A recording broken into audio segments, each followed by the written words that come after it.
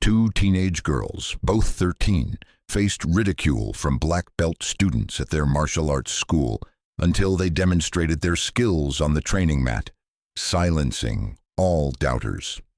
Imani and Aaliyah weren't wealthy, far from it, but they possessed something that couldn't be purchased: determination.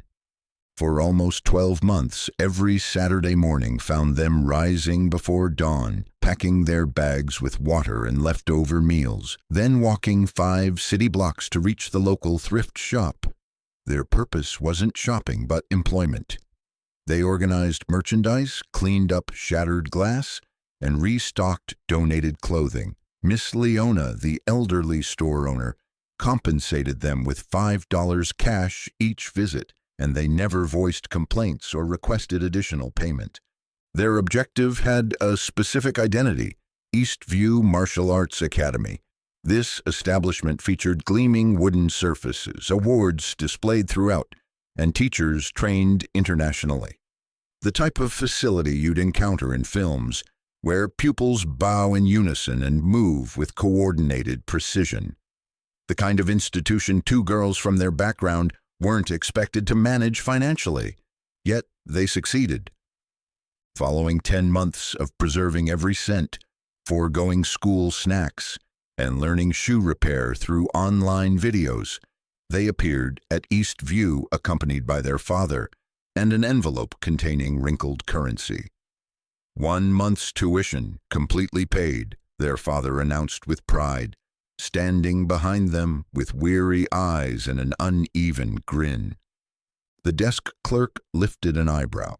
"We typically require a credit card for our records." Aaliyah responded without hesitation. "We don't possess one, but we'll generate the remaining funds. We give our word." The woman examined them carefully, matching tight braids, identical dark hoodies, reserved yet determined gazes, then sighed, accepted the envelope, and pushed 2 empty enrollment papers toward them. "Orientation begins Monday." That marked their beginning. On their initial day, the twins entered the academy carrying their backpacks, their footwear squeaking against the pristine flooring. Vintage framed photographs covered the walls, team pictures and poses, black belts tied flawlessly, clenched fists perfectly positioned. In the distant corner, several students were already preparing. 2 boys caught attention. Older, taller, displaying black belts and arrogant attitudes. One rested against the wall with crossed arms, the other casually tossed a ball as if uninterested. "Those 2, someone whispered nearby. A girl approximately their age was securing her belt. "That's Trayvon and Malik. Avoid confronting them. They believe they control this establishment." Imani and Aaliyah simply acknowledged with nods. They hadn't come seeking conflict. They'd come for education. Their initial lesson exceeded expectations: structure, velocity, strength. Every student moved rhythmically. Every instruction from the teacher was precise, clear, and authoritative. The twins committed completely. Their strikes weren't flawless. Their technique wasn't perfect, but they moved with genuine intent, and even the instructor took notice. However, Trayvon didn't notice. Neither did Malik. As the twins completed a fundamental kata exercise, Malik made a derisive sound. "That's not proper front kick execution," appeared like she was attempting to swat an insect. Trayvon's laughter resonated throughout the room. Aaliyah tightened her jaw, but remained silent. Imani kept her gaze forward. Following class, as everyone bowed and formed a line to exit, Trayvon passed them and whispered, "Did you 2 ever learn about remaining in your proper place?" That concluded day 1. Yet the characteristic of Imani and Aaliyah was their resilience. They didn't surrender easily. They had struggled for this opportunity and wouldn't allow 2 boys with loud voices and black belts to intimidate them into leaving. The following week felt more burdensome. Imani and Aaliyah continued arriving early, continued positioning themselves in the rear while stretching quietly, continued bowing exactly as Sensei Molina demonstrated on the first day, hands positioned at sides, chin lowered, eyes directed forward. But now they sensed the observation, not the type of attention that encourages you, but the kind that anticipates your failure. Trayvon and Malik initially said little. They didn't need to. It manifested in small actions. "Imani, move left," the instructor called one morning. She complied just as Malik accidentally stepped into her path. Her shoulder collided with his. She stumbled backward while Malik smirked. "Mind your path," he said quietly enough. Aaliyah turned. Fists slightly tightened. Sensei passed by at that precise moment. "Concentrate on technique, not theatrics," he stated without pausing. Imani nodded and continued. By the third session, it wasn't solely Trayvon and Malik. Several other boys began snickering when the twins made errors. One even whispered something during exercises. Aaliyah didn't hear everything, but caught the phrase, "charity case." After class, while they untied their shoes near the entrance, Trayvon leaned closer. "Do you two genuinely believe you belong here? This establishment is different. No free assistance available." Aaliyah looked up slowly. "We paid identical to everyone else." Malik chuckled. "Yes, with what, food assistance?" Imani positioned herself between them, calm but focused. "What difference does it make? We're not disturbing you." Trayvon grinned. "Your presence here is the disturbance." For a moment, silence prevailed. Then a voice emerged from behind. "Are you two finished intimidating 13-year-olds, or do you require a mirror?" It was Isaiah, one of the older brown belts, taller than both Trayvon and Malik. He passed without stopping, wrapping his sweatshirt around his waist. The twins didn't smile, but the tension in their shoulders decreased slightly. That evening at home, they sat opposite their father in the small kitchen while he prepared his lunch. "Did you respond to him?" he asked, placing a boiled egg into a container. "No," Aaliyah mumbled. Imani shook her head. "We're not attempting to initiate anything." Their father leaned against the counter. "Are you certain you want to continue?" They looked at each other without hesitation. "Yes," they said simultaneously. He nodded, his eyes tired but proud. "Then return, but don't lower yourself. Make him recognize you."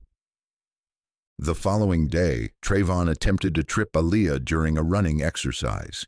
She leapt over his foot mid-stride without breaking rhythm. The entire class witnessed it, and for the first time, some laughed. Not at her, but at him.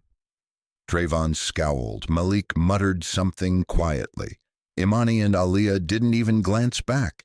They hadn't come to East View for drama. They came to work. Despite their efforts to ignore it, the atmosphere in the room was shifting. The air around them consistently felt slightly more constricted, more frigid, as if they were training within glass walls, where everyone observed but no one reached in. Yet pressure only creates diamonds if you don't shatter, and these two weren't constructed to break. Thursday afternoon's session differed, not due to the exercises or warm-ups, but because of the announcement. Sensei Molina stood before the dojo, arms behind his back. "Sparring commences next week, light contact controlled. I want discipline, not ego." Several students nodded, others whispered. Malik raised his eyebrows at Trayvon and smirked. Aaliyah noticed the expression. Imani did too. After class, while tying their belts near the side wall, Aaliyah leaned close. "You saw that, correct?" Imani didn't blink. "Yes, they're planning something." "Let them." By Monday, the atmosphere was unmistakable. Trayvon entered with tape around his knuckles and a fresh haircut. Malik had his sleeves rolled higher than usual, displaying the dojo's black belt patch on his uniform. They weren't here to spar. They were here to prove something. During warm-ups, they skipped the line drill and approached the side where Sensei was pairing students. "Pair us with the new girls," Trayvon said. Sensei raised an eyebrow. "Why?" "We need to help them learn. You said it yourself. Discipline over ego." He smiled widely and falsely.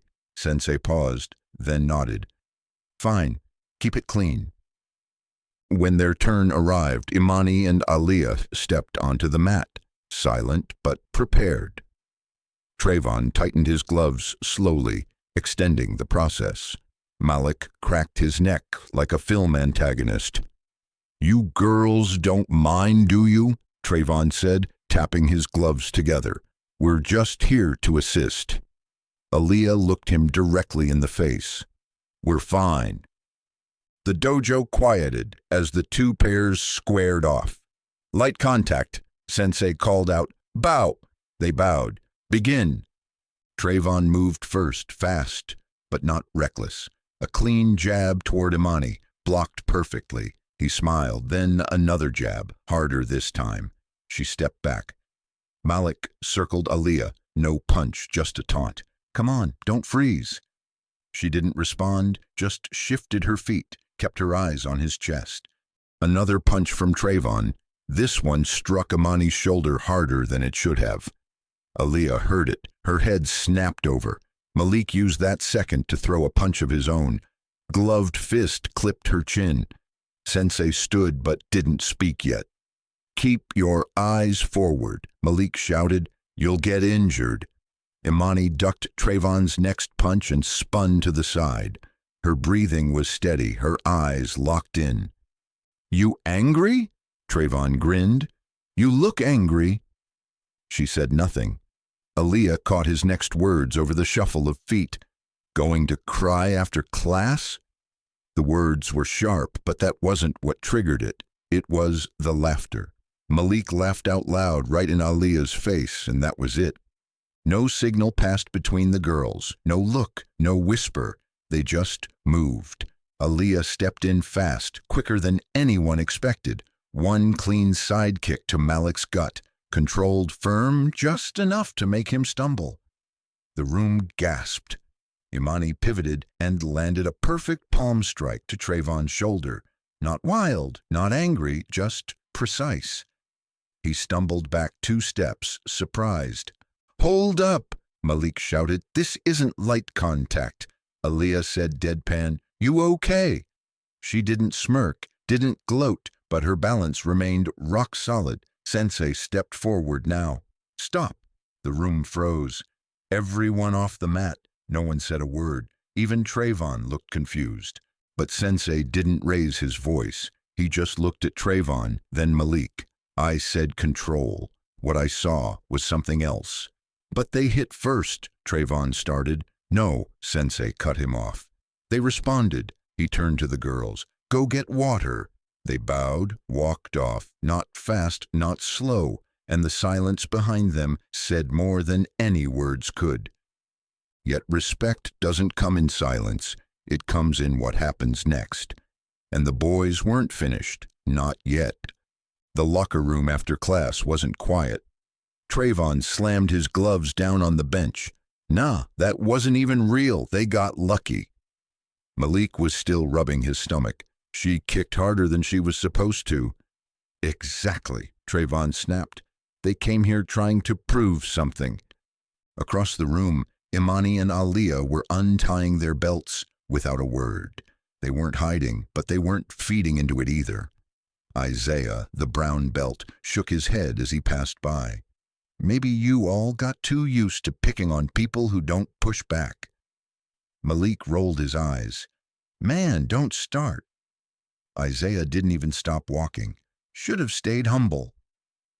The next day, the dojo felt tense, like the air was watching. Some students started whispering less. A few even nodded at the girls. Imani noticed. Aaliyah did too, but neither reacted. They weren't looking for applause, just focus. Still, something had shifted. The instructors started watching them more during drills. Sensei corrected their stances with the kind of focus he usually saved for the higher ranks. It wasn't favoritism, it was recognition. and for the first time, Trayvon and Malik seemed off balance. At home that night, their father sat at the table with a bowl of rice and a plastic fork. He looked up. "You girls okay?" Imani nodded. "Yeah." Aaliyah took a sip of water. "We didn't start nothing." He gave a half smile. "I know." Then he leaned back in his chair, eyes serious. "But you finished it." Imani didn't hesitate. "We stayed in control." Their father exhaled, nodded slowly. "Good. Never swing first, but don't you ever let someone hit you twice." The next few classes went quiet. Trayvon and Malik still trained, still stood in the front, but they didn't talk anymore, not to the girls, not during drills. They had gone from loud to invisible, and that silence was louder than anything. But not everyone stayed silent. Midway through class, while the students worked in pairs, another girl named Trinity walked up to Aaliyah. She was tall, strong, already a green belt, always trained alone. "You were clean out there," she said, tossing her gloves down on the mat. Aaliyah blinked. "Thanks. You trained before this?" "Yeah, community center shut down last year." Trinity nodded. "Thought so. You got good habits." Imani joined them with a towel in hand. "You guys want to partner next week?" Trinity asked. "I'm tired of sparring with people who think it's a street fight." The twins exchanged a quick look. "Yeah," Imani said. "We're down." At the end of the session, as students filed out, Malik walked past the girls near the shoe cubbies. He didn't say anything at first, just looked at them, paused. "You think you're better than us now?" Imani tilted her head. "No, we just don't have to prove it." Malik scoffed and turned away, but Aaliyah's voice followed, calm even. "Next time you come for someone, make sure they're not ready."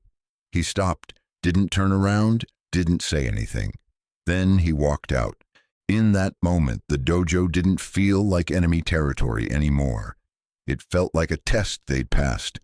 But passing one test doesn't mean the fight is over, and the biggest challenge was just around the corner. Friday's atmosphere hit differently. Everyone felt it. The gym was louder but not chaotic, focused, intense. Sparring day always brought out nerves, but this one buzzed with something else. The mats had been freshly cleaned. Chairs were lined against the wall for parents and staff to watch. Everyone had on their best uniform. No wrinkles, no excuses. Imani and Aaliyah arrived early again, not to prove anything, just routine. Their dad stood by the door, hands in his jacket pockets. He had the day off and promised to come see them spar. First time he'd ever stepped foot in East View. "You nervous?" he asked. Aaliyah shrugged. "A little." Imani tightened her gloves. "Not about the fight, just the noise." He nodded. "Block it out. You already won when you walked in here." Inside, the class gathered near the mats. Sensei Molina stood tall in front of them. His voice was calm but sharp. "Today's not about showing off. It's about control, awareness, respect." He looked around. "I want clean technique, smart defense. You are not fighting for pride. You're fighting for clarity." A few students glanced at Trayvon and Malik, who stood off to the side, already bouncing on their heels. Sensei pointed to the whiteboard. The matchups were posted. Aaliyah found their names quickly. Imani versus Trayvon, Aaliyah versus Malik. She exhaled. They did it on purpose. Imani didn't look surprised. Probably. "You ready?" "Always." The matches started one by one. Pairs stepped onto the mat, bowed, sparred for a timed round, then switched. When it was finally Imani's turn, the room quieted without being told. She stepped forward, calm as ever. Trayvon grinned across from her, bouncing on the balls of his feet. He muttered, "Let's see if that fluke still works today." Imani didn't respond, just bowed. Sensei nodded. "Fight." Trayvon came in fast, a right jab, then a quick hook. Imani sidestepped both, answering with a low kick that landed on his leg, not hard but firm, controlled. He blinked. She stepped forward again, guarded. He swung again. She ducked, then tapped him lightly in the ribs. with a palm strike. She was clean, efficient, and silent. The crowd started whispering. Even some instructors leaned in. Trayvon's punches got sloppier. He threw too fast, too hard. Imani stayed composed, slipping past every wild hit like she was reading ahead in a book. Then one clean sweep, her foot hooked behind his ankle, and he was on the mat. Gently, no slam, no shame, just a message.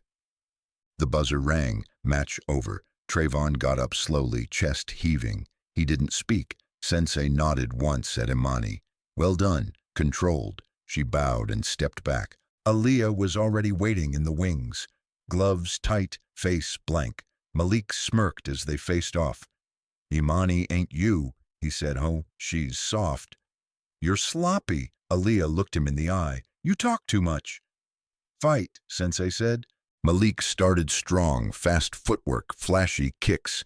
He clearly wanted to win back some pride, but Aaliyah didn't dance around him. She stayed inside, close, steady. Each time he swung, she blocked with just enough effort, and when the gap opened, she took it. One straight punch to the chest guard, 2 elbow tap to his shoulder, 3 spin and land a back kick that pushed him off balance. Not violent, just tight, sharp. He lunged again. Aaliyah parried, stepped in, dropped to one knee, sweeping his back foot like clockwork. He hit the mat, grunted, and stared at the ceiling like it betrayed him. The buzzer sounded. Match over. She didn't raise her fists, didn't smile. She walked away like it was routine. The room was quiet again, not shocked, respectful. Sensei looked around. Now that is how you spar. Even Trayvon and Malik didn't speak. They sat at the edge of the mat, heads low, catching their breath. For the first time, it didn't feel like the twins were fighting to prove anything. They were simply fighting to remind everyone they'd been there the whole time. Their dad met them outside with a bottle of water and a look in his eyes they'd only seen once before, after their mother's funeral, when he hugged them both and said, "You got more fire in you than most men I've met." Today he just said, "Y'all were scary good." Aaliyah smiled. Imani bumped her shoulder into her sister's. Let's see who calls us charity cases now. But a fight like that doesn't just shift opinions. It rattles old habits, and those habits were about to face a test of their own. The Monday after sparring day felt slower, not tired, just quieter, like the dojo itself was waiting to see what would happen next. There were no more side comments during warm-ups, no fake coughs to cover laughs. Even the kids who used to look through Imani and Aaliyah now made room when they passed by. Trinity fist-bumped Aaliyah before drills. That was clean Friday, real clean. Aaliyah nodded, brushing a loose braid behind her ear. Thanks. Imani lined up next to her, adjusting her stance. We're not done, not even close. Sensei Molina had everyone pair up again. Drills first, then light sparring at the end. This time, the pairings felt different. No coincidences, no setups. Trayvon and Malik were sent to opposite sides of the room. But before Malik moved, Sensei spoke up. Actually, Malik, Trayvon, you're with me today. Some students paused mid-step. The 2 boys glanced at each other, unsure. Sensei didn't repeat himself. They nodded and followed. The twins ran drills with Trinity. The energy between them clicked. No showboating, no drama, just technique and timing. Each block, each shift of weight, each kick, they flowed like they'd trained together for years. During water break, Aaliyah leaned against the wall, towel over her shoulder. Feels weird, she said. What? Trinity asked. Not being stared at like we don't belong. Trinity laughed softly. Y'all made it real hard to doubt you. Imani sat beside them. Doubt never bothered us. We trained through worse. Meanwhile, at the far end of the room, Sensei worked with Trayvon and Malik. It wasn't soft. They were red-faced, sweating harder than usual, forced to slow down every movement. No shortcuts, no excuses. Technique isn't power, Sensei said as Malik tried to muscle through a block. It's control, and you have none. He turned to Trayvon. You think confidence is earned by belittling others, but it's not. It's earned in silence when no one's watching, and you still show up. Both boys were breathing heavy. Neither looked up. Sensei stood between them. You two forgot what this place is, and that's on me. After class, most of the students cleared out quickly. Imani and Aaliyah stayed back, wiping down the floor with practice towels, something they did even when no one asked. Trayvon approached, hands in his pockets. He didn't say anything right away. Finally, he exhaled. I was out of line. Imani paused. We noticed. He nodded. You ain't soft, neither of you. Aaliyah didn't smile. You done testing girls now? Yeah, I am. Malik came up behind him, holding his bag. He didn't speak, just gave them a look, tired but honest. And that was enough for now. Outside, the sky had started to fade into that dusty blue that only shows up before sunset. Their dad leaned against the car, watching. They say anything? Aaliyah nodded. Kind of. Imani added, still doesn't mean we're cool. You don't have to be, their dad said. You don't got to make peace with everybody. Just don't let them change who you are. He opened the trunk and tossed in their bags. I saw you both out there. You held your ground, but you stayed yourselves. They climbed into the back seat, tired but full. Not full like a trophy win, full like something finally sat right. But holding your ground is one thing. Shifting the ground around you, that's the part that leaves a legacy. 3 weeks later, Sensei Molina introduced something new. Leadership Circle, he called it. A small group of students, regardless of belt level, chosen to help guide drills, mentor new kids, and represent what the dojo stood for outside these walls. He wrote 6 names on the whiteboard. Imani Rhodes, Aaliyah Rhodes, Trinity James, Isaiah Bell, Jaden Liu, Lorenzo Vega. A moment passed, whispers, eyes, then quiet again. Aaliyah leaned over to her sister. You see that? Imani nodded. Saw it before he finished writing. Trayvon and Malik stood off to the side, unreadable. They didn't react. Not like before. They just watched. After class, the twins stayed behind with the others. The leadership group met in the corner, mats rolled back, benches pulled up. Sensei didn't talk much. He let them speak. Isaiah spoke first. A lot of new kids coming in. Some are already nervous. Trinity added, we need to make sure they don't feel how we did. Some of us, anyway. She shot a glance at Aaliyah, who gave a knowing look back. Imani raised her hand. We should rotate partners more, not just by belt level, but by how people move. Sensei nodded. Good. Keep going. They weren't just practicing anymore. They were shaping the space. On the way out, Malik stopped Aaliyah by the vending machine. He didn't say much, just, you earned it. She looked at him, then at the machine. Wasn't looking for your approval. He half laughed. Didn't think you were just saying I see it now.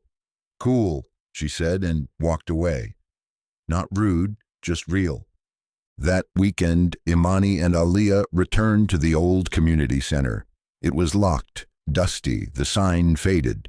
No one trained there anymore, but they brought their own mats, their own gloves, their own speaker. Remember how loud this place used to be, Aaliyah said, dropping her bag. Imani nodded. We used to trip over cracked tiles trying to learn side kicks. They laughed, then trained, not for the dojo, not for belts, just for them. By spring, things at East View had changed. New students were welcomed, like family. Girls weren't sidelined or doubted, and when someone got too cocky during drills, the room checked them before the instructor had to. Imani and Aaliyah didn't run the place. They didn't have to. They just were the place. Steady, sharp, always in motion, always in control. One day, Sensei Molina pulled them aside after class.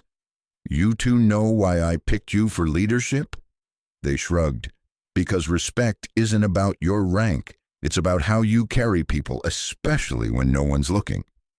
He smiled. The first real one they'd seen from him. You changed the room, and you never raised your voice to do it. Outside the dojo that day, as the sun dipped behind the grocery store across the lot, the twins sat on the curb sipping warm Gatorade. Still feels weird, Aaliyah said. What? Imani asked. Being seen? Imani leaned back on her hands. I like that we didn't wait for it, we took it. Aaliyah nodded, without folding, without faking. They sat there for a few minutes longer, just breathing, no rush. Their dad pulled up slowly, windows down, music low. Y'all done changing the world for today? Imani stood up, smiling. For now. Some fights don't happen with fists. Some happen in the silence, in the spaces where you're told you don't belong. And when you win those, you don't just earn respect. You teach people how to give it. If this story reminded you of your own silent battles, at school, at work, at home, remember this. You don't need anyone's permission to take up space. Let your efforts speak louder than their doubt. And if you've ever been on the other side, questioning someone just because they're different, check yourself. Real strength lifts. It doesn't push down. Share this with someone who needs to be reminded.